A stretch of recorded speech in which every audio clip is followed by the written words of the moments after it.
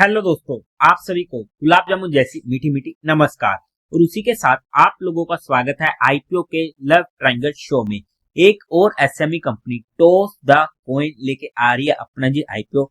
काफी इंटरेस्टिंग नाम हमें ये देखने को मिलने वाला है और उसी के साथ साथ एक इंटरेस्टिंग आईपीओ होने वाला है, क्योंकि अगर हम इसके जीएमपी की बात करते हैं तो 100% के भी ऊपर का हमें देखने को मिलने वाला है। तो आज की इस रिव्यू वीडियो में हम इस कंपनी का पूरा कच्चा चिट्ठा खोलने वाले हैं, बेसिक से लेके एडवांस तक। तो अभी से इस वीडियो को लाइक और चैनल को सब्सक्राइब कर दीजिएगा। अगर मैं स्टार्टिंग में इसमें अपने पर्सनल डिसीजन की बात करूं तो एक ऐसा आईपीओ होने वाला है जिसमें मैं ओके ओके सा हूं, ना ही ज्यादा इंटरेस्टेड हूं, ना ही इसको अवॉइड करने की कैटेगरी में हूं। क्योंकि सबसे पहला रीजन तो इसका साइज काफी ज्यादा छोटा है, तो वहां पर काफी ज्यादा सब्सक्रिप्शन जाएगी, जिसकी वजह से ये आईपीओ अलॉट होना मुश्किल होने वाला है और वहां पर काफी सारे आईपीओ होने वाले। तो उस सभी फैक्टर्स को ध्यान में रखते हुए जो भी फाइनल डिसीजन बनेगा वो मैं आप लोगों को अपडेट कर दूंगा और उसी के साथ साथ बाकी फैक्टर्स को हम इस वीडियो में स्टडी करेंगे। बट जो भी फाइनल डिसीजन होगा वो आप लोगों को मैं टेलीग्राम चैनल पर अपडेट कर दूंगा। बट आप लोग एक बार इस वीडियो को देख लीजिएगा, समझ लीजिएगा, फिर अपने रिस्क रिवॉर्ड रेशियो और माइंडसेट के अकॉर्डिंग अपने फाइनेंशियल एडवाइजर से कंसल्ट करके कोई फाइनल एक्शन बनाइएगा। और उसी के साथ साथ आप लोगों को म्यूचुअल फंड में या इंश्योरेंस सेगमेंट में किसी भी तरीके की कोई भी हेल्पलाइन की जरूरत है, या आप लोग चाहते हो कि being a mutual fund distributor हम आपका पैसा मैनेज करने में आपकी हेल्प करें, चाहे वो एसआईपी हो, एसटीपी हो, एसडब्ल्यूपी हो, बूस्टर, एसटीपी हो या लमसम अमाउंट हो, तो आपको डिस्क्रिप्शन में मेरा फोन नंबर मिल जाएगा, आप मुझसे कांटेक्ट कर सकते हैं। अब अगर हम कंपनी की बेसिक डिटेल की बात करते हैं तो ये कंपनी इनकॉर्पोरेट हुई थी 2020 में, मतलब कि ज्यादा एक्सपीरियंस नहीं हुआ है। काम की बात करते हैं तो ये एक मार्केटिंग कंसल्टिंग कंपनी होने वाली है जो प्रोवाइड करती है custom made marketing services to clients.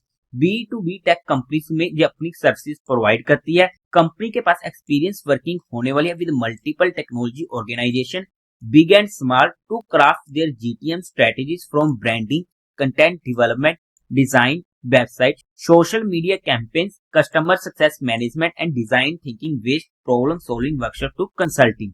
As of September 30, 2024 company के पास 43 एम्प्लॉयज होने वाले हैं। अब अगर हम कंपनी की सर्विसेज की बात करते हैं तो उनमें आ जाता है CMO, GTM, sales enablement, design studio, internet branding, कथाई एआई सोल्यूशन। आप इनकी डिटेल्स को अच्छे से जहां पर स्टडी आउट कर सकते हैं। इन शॉर्ट अगर मैं इनके काम को समझाने की कोशिश करूं, जो भी हमारा बिजनेस होता है उसको किस तरीके से हमें आगे बढ़ाना है ताकि वो कम टाइम में ज्यादा ग्रो कर सके, तो वहां पर ये कंपनी अपनी consulting and advisory services provide करती है ताकि बिजनेस ग्रो हो सके। अब अगर हम कंपनी के कुछ इंटरनल रिस्क फैक्टर्स की बात करते हैं तो सबसे पहले इनका कोई भी लॉन्ग टर्म कॉन्ट्रैक्ट नहीं है इनके क्लाइंट्स के साथ। कंपनी का रजिस्टर्ड ऑफिस चेन्नई में होने वाला है, तो वहीं से ये कंपनी अपने बिजनेस को चलाती है और वहां पर किसी भी तरीके की दिक्कत आती है जियोग्राफिकली तो उसका कंपनी के ऊपर इम्पैक्ट देखने को मिल सकता है।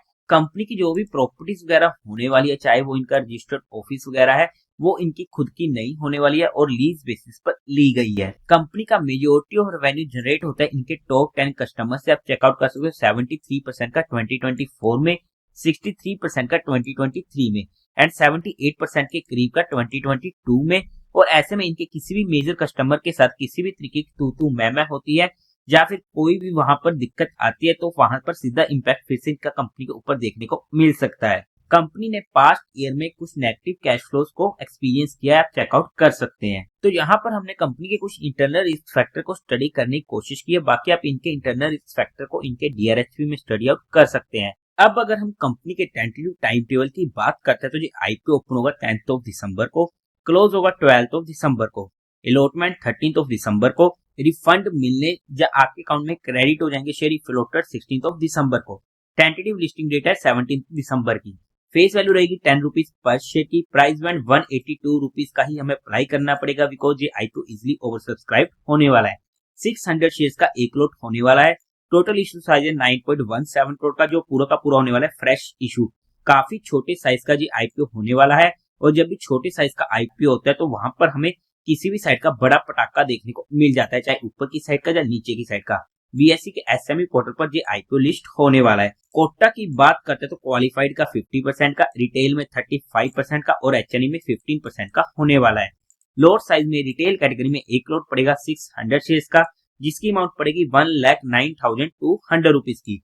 HNI कैटेगरी में मिनिमम 2 लोट्स के लिए अप्लाई करना पड़ेगा, जिसकी अमाउंट पड़ेगी 2,18,400 रुपीज की। कंपनी के प्रमोटर्स की बात करते हैं तो वहां पर नारायण जैन, रेशमा बुदिया, सुधांशु बुदिया कंपनी के प्रमोटर होने वाले हैं। प्री इश्यू होल्डिंग की 80% की, जो पोस्ट इश्यू रह जाएगी 58.67% की।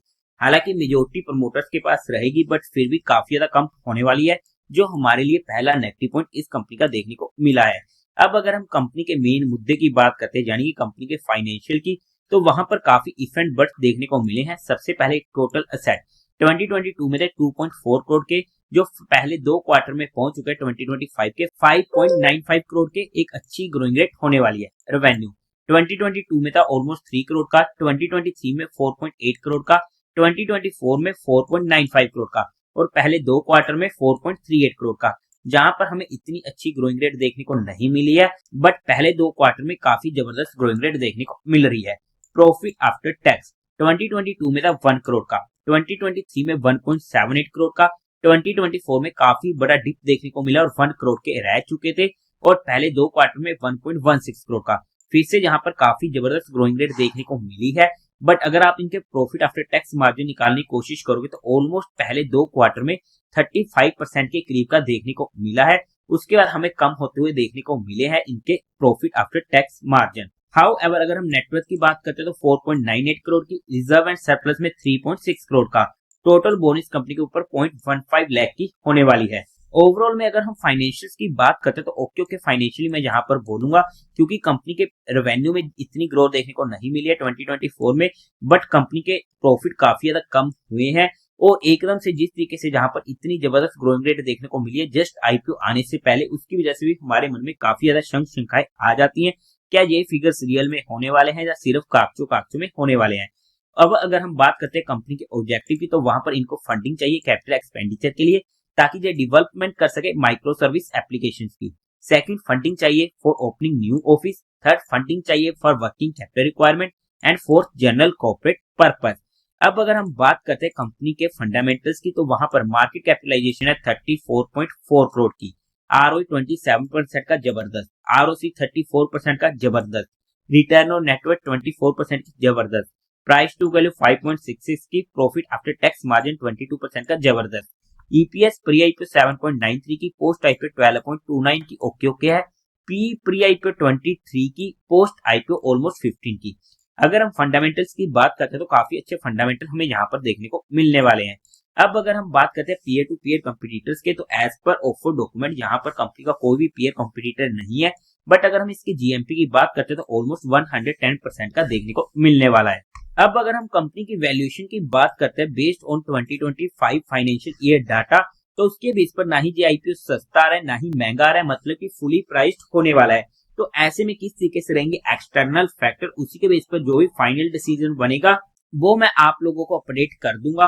बट हमने यहाँ पर कंपनी को सिर्फ एजुकेशनल लर्निंग पर्सपेक्टिव स्टडी किया है, किसी भी तरीके कोई भी इन्वेस्टमेंट टिप्स या एडवाइस नहीं है। फिर भी आप लोगों को कोई भी काम करना हो, कोई भी एक्शन लेना हो, तो एक बार अपने फाइनेंशियल एडवाइजर से कंसल्ट करके कोई एक्शन लीजिएगा।